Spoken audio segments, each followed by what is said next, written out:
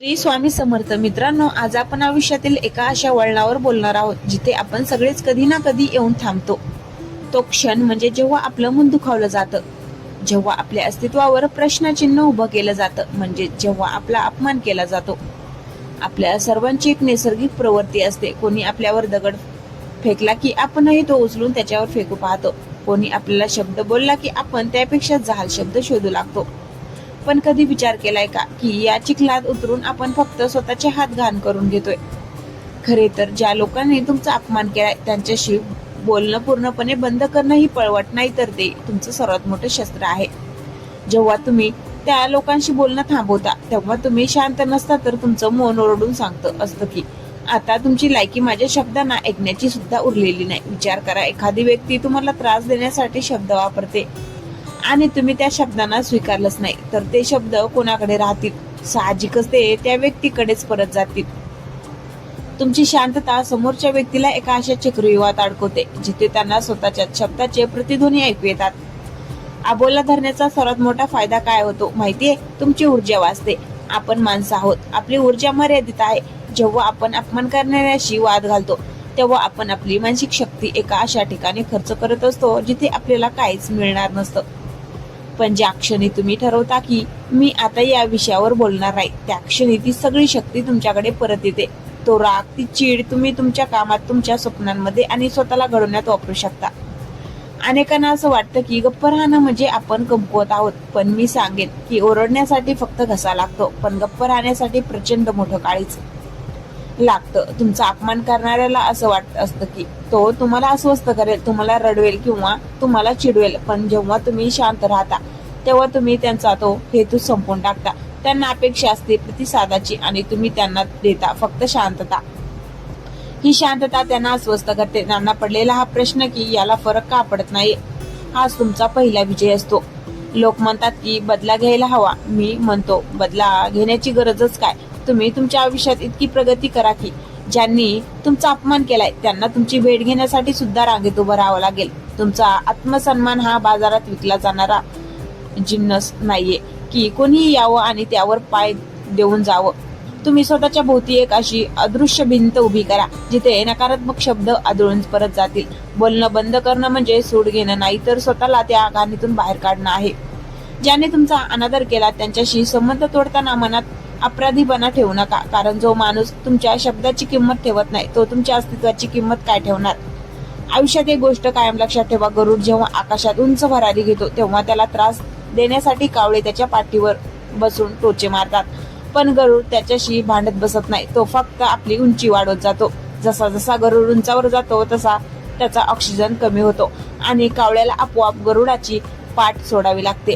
तुम्हाला हेच करायचं आहे. तुम्हाला तुमच्या यशाची उंची इतकी वाढवायची आहे की हे अपमान करणारे कावळे आपोआप तुमच्या आयुष्यातून गळून पडतील. शेवटी एक शांतता तुम्हाला स्वतःची ओळख करून देते. जेव्हा बाहेरील गोंधळ कमी होतो तेव्हा तुम्हाला स्वतःचा आवाज ऐकू येतो. तुम्हाला कळतं की तुम्ही कोण आहात, तुमची स्वप्न काय आहेत आणि तुम्हाला कुठे पोहोचायचं आहे. अपमान हा कोळशासारखा असतो. जर तो गरम असेल तर हात जळतो आणि जर थंड झाला तर हात काळे करतो. म्हणून अशा कोळशाला हातात न धरता खाली टाकून देणंच हिताचं असतं. आजपासून स्वतःला एक वचन द्या. जो तुमचा मान राखत नाही त्याच्यासाठी तुमचा एक शब्दही खर्च करू नका. तुमचं मौन इतकं वजनदार असू द्या की समोरच्याला तुमच्या एका शब्दासाठी असुसावं लागेल. तुमची प्रगती, तुमचं हसू आणि तुमचं शांत राहणं हे जगाला दिलेलं सर्वात साडेतोड उत्तर असेल. स्वतःवर विश्वास ठेवा, स्वतःला घडवा आणि लक्षात ठेवा, सिंह कधीच कुत्र्याच्या भुंकण्याकडे लक्ष देत नाही, कारण त्याला माहिती असतं की तो जंगलाचा राजा आहे. तुम्ही तुमच्या आयुष्याचे राजे बना. मित्रांनो, कधी विचार केलाय का की आपण एखाद्याच्या अपमानाला उत्तर का देतो? कारण आपल्याला वाटतं की जर आपण गप्प बसलो तर लोक आपल्याला भित्रा समजतील किंवा समोरच्याचा विजय होईल. पण आज मी तुम्हाला एक सत्य सांगणार आहे. ज्या क्षणी तुम्ही तुमच्या अपमान करणाऱ्याशी बोलणं बंद करता त्या क्षणी तुमचा खरा विजय सुरू होतो. हा अबोला म्हणजे भीती नाही, तर हे तुमचं वाढलेलं स्टँडर्ड आहे. तुम्ही जगाला हे सांगता असता की माझी पातळी आता इतकी वर गेली आहे की तुमच्या नीच शब्दांना उत्तर द्यायला माझ्याकडे वेळ नाही. जेव्हा एखादी व्यक्ती आपला अपमान करते तेव्हा ती प्रत्यक्षात आपल्याला एका खेळात ओढत असते. तो खेळ असतो अहंकाराचा. त्यांना हवं असतं की तुम्ही चिडावं, तुम्ही तुमचं मानसिक संतुलन गमवावं आणि त्यांच्याच पातळीवर येऊन त्यांच्याशी भांडावं. पण तुम्ही जेव्हा शांत राहता तेव्हा तुम्ही तो खेळ खेळायलाच नकार देता. विचार करा, एखादा पैलवान मैदानात दंड धोपटून उभा आहे आणि समोरून कोणीच आलं नाही तर त्याचं काय होईल? तो स्वतःच्याच नजरेत छोटा होईल. तुमची शांतता समोरच्या व्यक्तीला आरसा दाखवते. त्यांना कळतं की त्यांचे शब्द तुमच्यापर्यंत पोहोचतच नाहीत, कारण तुमचं व्यक्तिमत्व आता अभेद्य झाले. आबोला धरण्यामुळे तुमच्या आयुष्यात एक विलक्षण शांतता येते. आपण अनेकदा लोकांच्या मताचे गुलाम होतो. कोणी चांगलं म्हटलं की आपण हसतो, कोणी वाईट म्हटलं की आपण रडतो. पण ज्या दिवशी तुम्ही अपमान करणाऱ्याकडे दुर्लक्ष करायला शिकता, त्या दिवशी तुम्ही खऱ्या अर्थाने स्वातंत्र्य होता. तुमचं सुख आता कोणाच्या शब्दावर अवलंबून नसतं. ही शांतता तुम्हाला स्वतःच्या आत डोकावून पाहायला मदत करते. ज्या शक्तीचा वापर तुम्ही लोकांना मी चुकीचा नाही हे पटवून देण्यात करत होता, तीच शक्ती आता स्वतःला सिद्ध करण्यासाठी वापरा. बघा, जे लोक तुमचा अपमान करतात त्यांच्याकडे देण्यासारखं दुसरं काहीच नसतं. ज्यांच्या मनात जे असतं तो तेच वाटत सुटतो. ज्याच्या मनात प्रेम आहे तो प्रेम देईल, ज्याच्या मनात द्वेष आहे तो अपमानात करेल. अशा वेळी त्याच्यावर रागवण्यापेक्षा त्याची दया यायला हवी. ते स्वतःच्याच नकारात्मकतेच्या ओझ्याखाली दबलेले आहेत. तुम्ही त्यांच्याशी बोलणं बंद करून स्वतःला त्या विषारी वातावरणातून वाचवत आहात. हा स्वार्थ नाही, हा आत्मसन्मान आहे. ज्या घरामध्ये किंवा ज्या नात्यामध्ये तुमच्या अस्तित्वाचा आदर नाही, तिथे तुमची अनुपस्थिती हीच तुमची सर्वात मोठी शक्ती असते. लोकांना वाटतं की वेळ निघून गेल्यावर सगळं ठीक होतं, पण तसं नसतं. वेळ काहीच ठीक करत नाही. वेळ फक्त तुम्हाला सहन करायला शिकवते, पण शांत राहणं तुम्हाला बदलायला शिकवतं. जेव्हा तुम्ही अपमान करणाऱ्या लोकांशी संपर्क तोडता, तेव्हा तुमच्या आयुष्यात रिकाम्या जागेत नवीन सकारात्मक लोक येऊ लागतात. तुमचं आयुष्य म्हणजे एक बगीचा आहे. जर तिथे काटेरी झुडूप वाढली असतील तर ती उपटून टाकल्याशिवाय तिथे गुलाबाची फुल येणार नाही. हे अपमान करणारे लोक म्हणजे तीच झुडूप आहेत. त्यांना उपटून फेका आणि स्वतःच्या आयुष्याचा सुगंध दरवळू द्या. कधीतरी एकटं बसून विचार करा, ज्या लोकांनी तुम्हाला कमी लेखलं, ज्यांनी तुमच्या परिस्थितीचा हसून अपमान केला, त्यांना उत्तर देऊन काय मिळालं? कदाचित थोड्या वेळाचं समाधान. पण जर तुम्ही गप्प राहून रात्रंदिवस मेहनत करून काहीतरी मोठं करून दाखवलं, तर ते समाधान आयुष्यभरासाठी असेल. तुमचं यश इतकं शांत असावं की त्याचा आवाज जगाने ऐकला हवा. शब्दांनी दिलेलं उत्तर लोक विसरून जातात, पण कर्तृत्वाने दिलेलं उत्तर कोणालाही विसरता येत नाही. तुमचा हा आबोला एक फिल्टर आहे. तो खोट्या लोकांना तुमच्या आयुष्यातून बाहेर काढतो.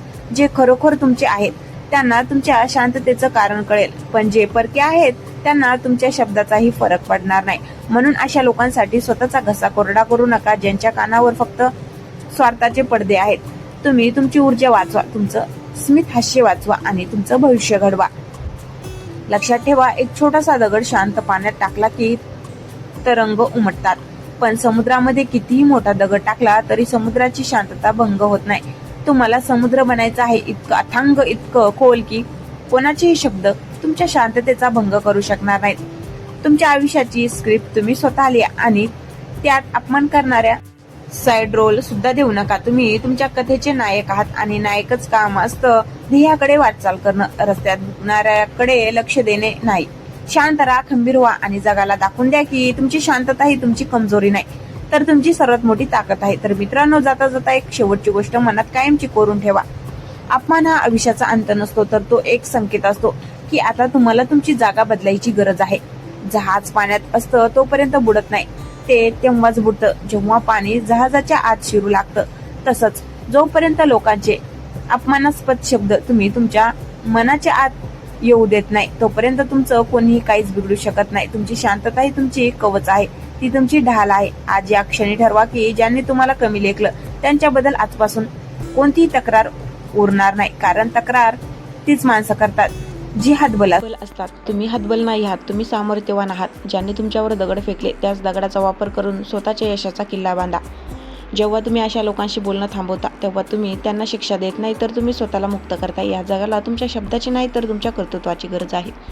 तुमचा हा अबोला ही तुमची साधना ठरू द्या. आरसा कधीच बोलत नाही, पण तो प्रत्येकाला त्याची खरी लायकी दाखवून देतो. तुम्हालाही तो आरसा बनायचा आहे. शांत राहा, स्वतःवर काम करा आणि इतके यशस्वी व्हा की ज्यांनी काल तुमचा अपमान केला त्यांना आज तुमची एक झलक पाहण्यासाठी सुद्धा स्वतःला बदलावं लागेल. लक्षात ठेवा, वेळ तुमची वाट पाहत नाही, तुम्हाला वेळ बदलावी लागते. जर आजच्या या संवादातून तुम्हाला थोडी जरी प्रेरणा मिळाली असेल तर तुमच्यातला तो स्वाभिमान जागा करा, जो आत्तापर्यंत लोकांच्या शब्दाखाली दबला गेला होता. आयुष्याच्या या रणधुमाळीत तुमची शांतता हाच तुमचा सर्वात मोठा रणसंग्राम असू द्या. स्वतःवर प्रेम करा, स्वतःचा आदर करा आणि जगाला हे दाखवून द्या की तुमचा मौन हा कोणत्याही वादळापेक्षा जास्त शक्तिशाली आहे.